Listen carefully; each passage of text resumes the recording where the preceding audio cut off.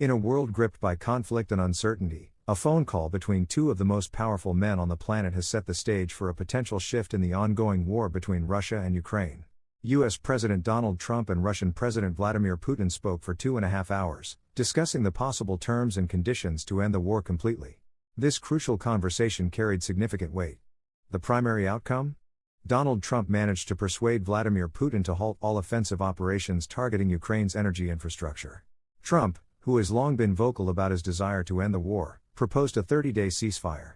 However, Putin refused. His reasoning being that Ukraine would use the time to rearm and mobilize more troops.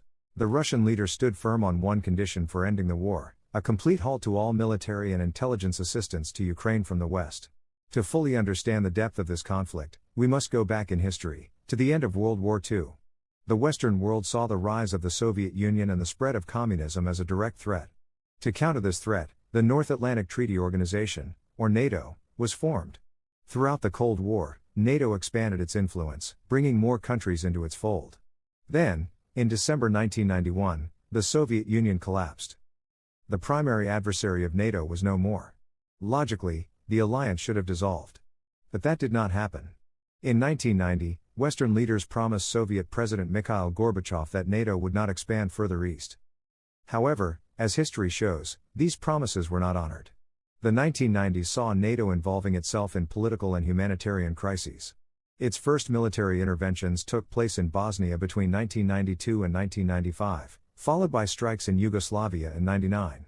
That same year, NATO went back on its promise and expanded eastward, adding Hungary, Poland, and the Czech Republic as new members.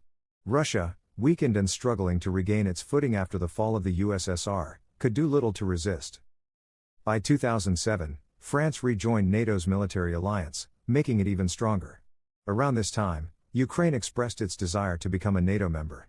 In 2008, at the Bucharest summit, NATO allies declared that Ukraine would join the alliance. This was a red line for Russia. The idea of NATO operating directly on its borders enraged Moscow. Feeling cornered, Russia took what it saw as preemptive action.